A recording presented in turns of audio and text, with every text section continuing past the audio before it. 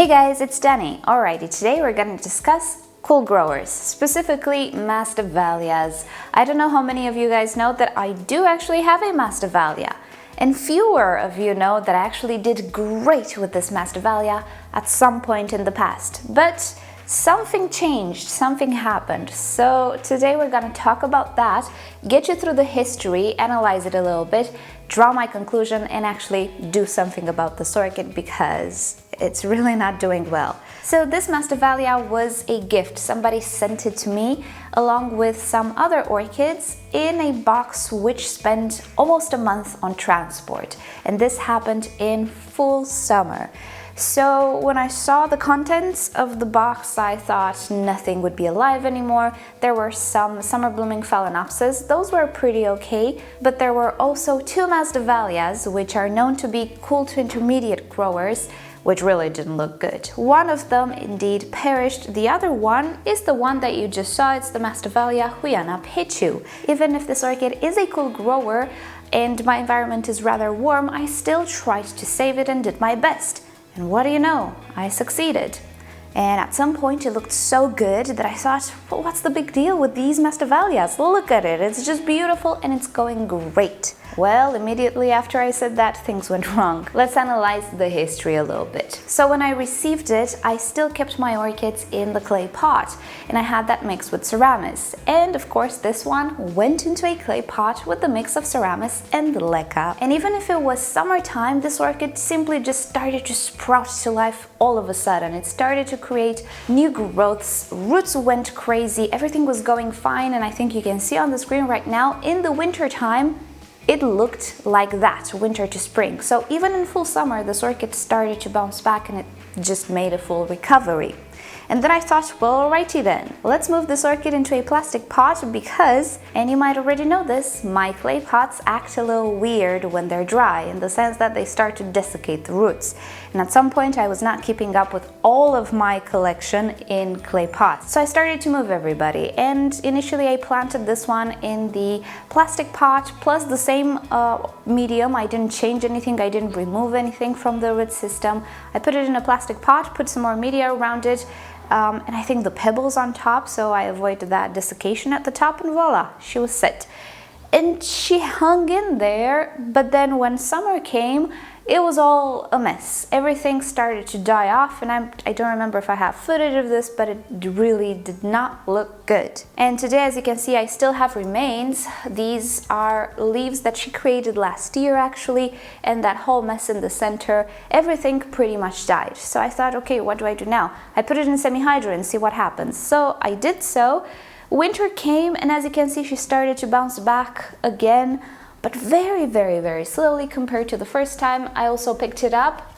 There are no roots in here. There are only a few roots that maintain this orchid hydrated. So even if it was winter and things were cool, this orchid didn't have such a great evolution. And right now summer is coming, and I just know it's gonna be the end of her if I don't try something else, something that could possibly make the difference. So I looked back in my history and I thought, what could make the difference for this orchid? Guess what? I think the clay pot, because it stays really, really cool. It maintains the root system cool. And yes, my clay pot is a nightmare when it's dry. And keeping 250 orchids wet all the time is a nightmare when you're using osmosis water and you depend, and let me show you a little bit what you depend on. Excuse the mess in the sink. So you depend on this contraption to make the water for you. And this is something that I created just because I don't have time to always turn on the faucet, turn it off, collect the water.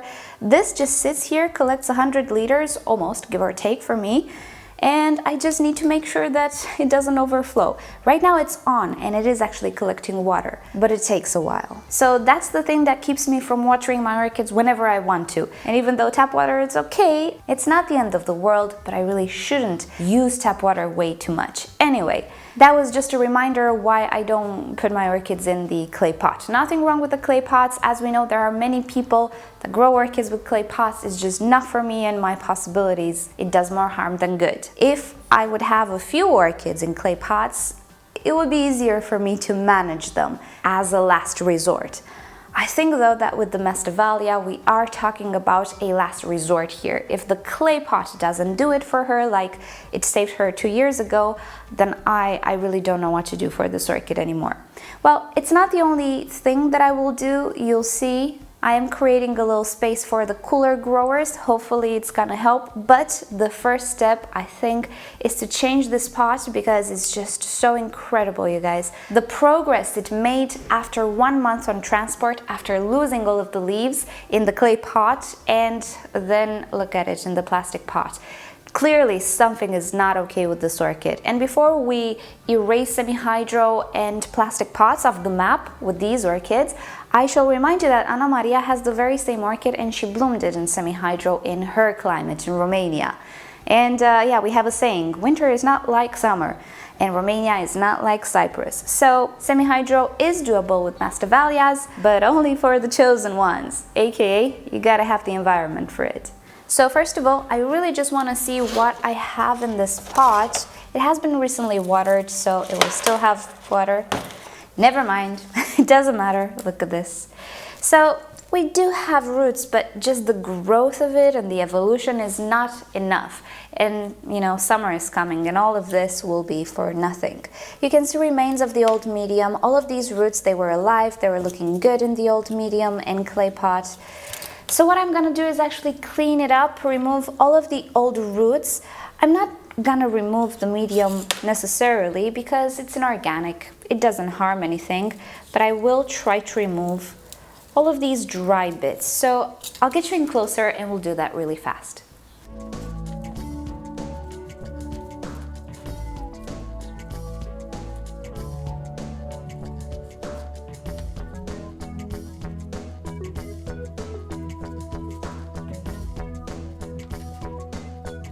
Okay, so I'm done cleaning up my orchid. These are 3 natural divisions that apparently this orchid had. I removed everything that was dry and pretty much all of the leaves, and then I had a few more still attached.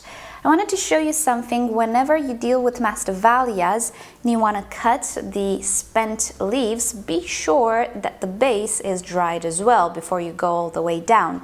These orchids have very, very long leaves, but they do have a tiny little formation or pseudobulb at the bottom of them. And even if the leaf might dry up, the bottom doesn't, and it can create new growth. So if you go all the way down, you'll cut the pseudobulb, and that's not funny. The pseudobulb is functional and still works for the orchid. So as you can see, we're not left with much, but I do have growing root tips, so that's great. Alrighty, I'm gonna clean up my tray here and then we're gonna get to potting and you might have a big surprise. So here we are, I have my clay pot and you will think, well, I'm going to be using Ceramis and Leca because that's what worked for me before.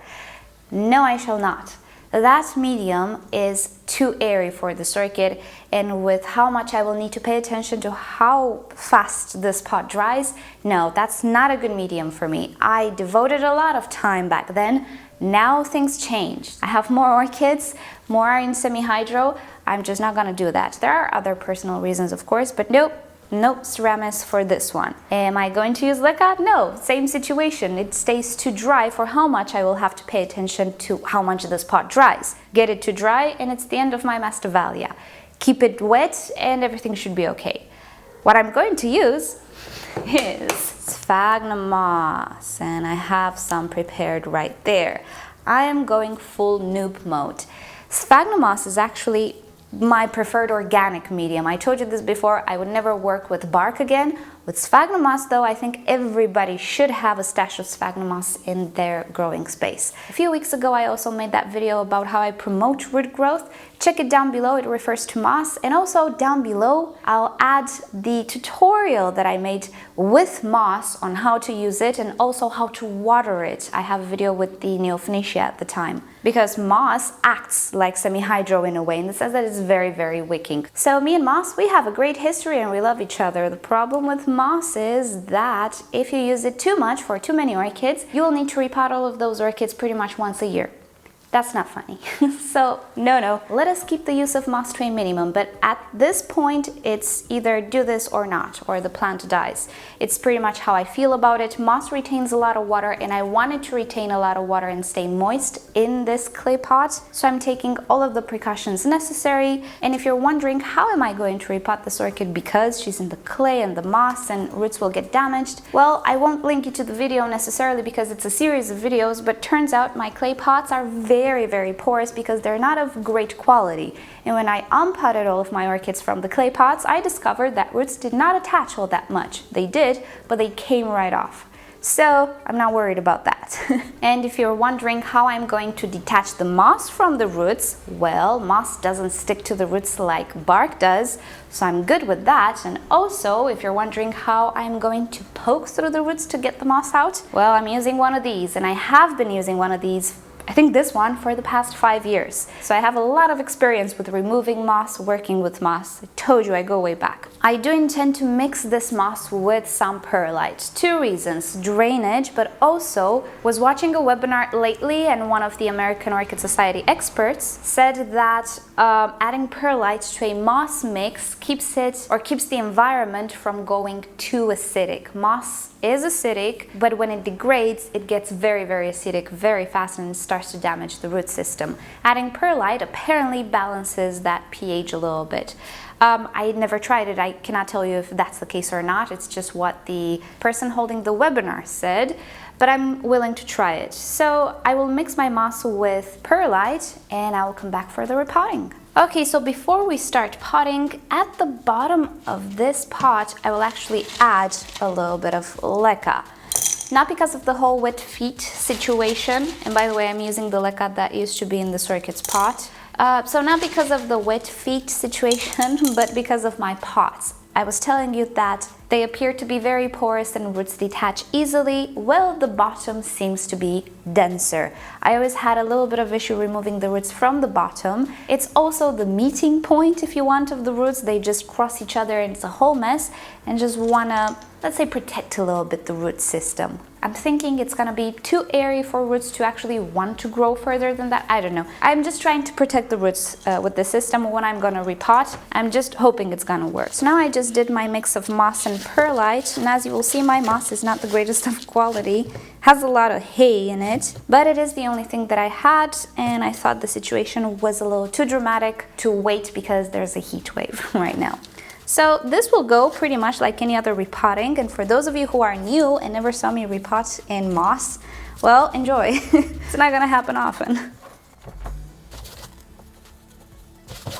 Now, when you repot with moss and you have a big root system, what I usually did, and this is something I learned from Brad, was to put moss first in the root ball and swirl it around the roots in a way, and then place the orchid in the pot.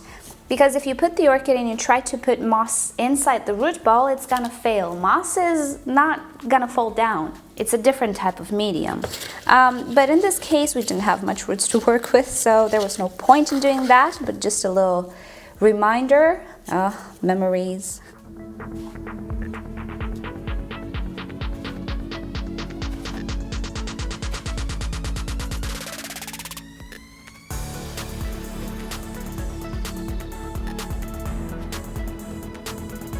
And here we go, my orchid is now potted.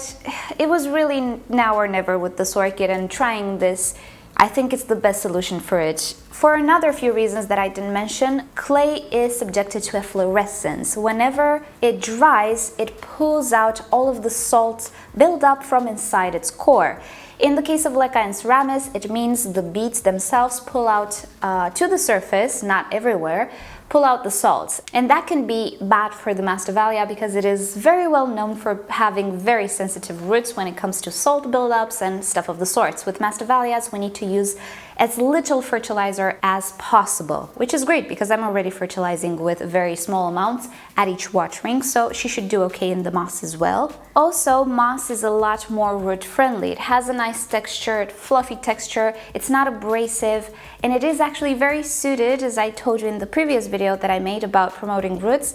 It's very friendly to seedlings, divisions, sick orchids in general, and in this case, finicky orchids. And Masdevallias do have sensitivity sensitive roots. So if I were to try again with this orchid and force it to overcome probably the properties of the clay in this environment, which might be accentuated for me, you know, maybe it's not the best way to go with this almost dead orchid. So that's why I chose moss. I just wanted the noob-proof system for this orchid, and everybody says this is it. Using moss, using clay pots to maintain the root system, airy and also cool at the same time, you know, I think I did the best I could. I will work on its location and environment as well, but that shall be for a different video. Just a little side note, after I filmed the video, I measured the temperature outside and in the Masdevallia pot, and guys, it's no joke. Outside, there are currently 26.5 degrees Celsius, so you can see it's getting hot in here. But inside the Masdevallia pot, look at that. After, I don't know, 2 minutes or something, I didn't even have the patience to wait more than that. It's close to 20 degrees Celsius. The reason is clay, being porous, evaporates water. With evaporation, the material cools down quite a lot. The hotter and warmer and drier it is in your environment, the more it will cool down. So there you go, that's the difference. And maybe with Masdevallias and other cool growers, this really matters. So alrighty guys, this has been it with my Masdevallia. Keeping my fingers crossed that this will work out. This is the reason why I told you do not pick Masdevallias for me, you know, in the order that we made. Now you know. So you know the drill. If you've enjoyed the video and found it useful, give it a thumbs up. If you hated it, give it a thumbs down. Subscribe to my channel for regular orchid updates and tutorials and orchid related things. And don't forget to turn on notifications so you never miss a video. And with that said, I'll see you all next time. Bye!